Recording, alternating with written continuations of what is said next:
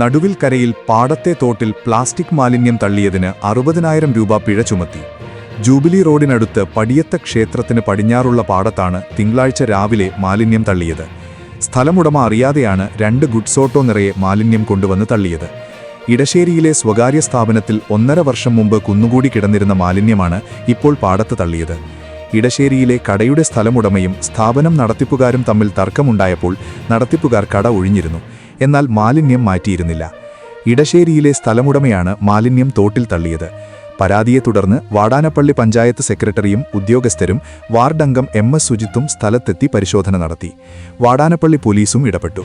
കൊണ്ടുവന്നവരെ കൊണ്ടുതന്നെ ഉച്ചയ്ക്ക് മാലിന്യം എടുപ്പിച്ച് തിരികെ കൊണ്ടുപോയി.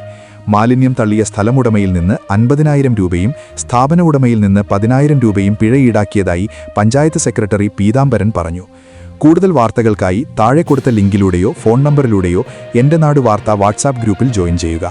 8129 622 842.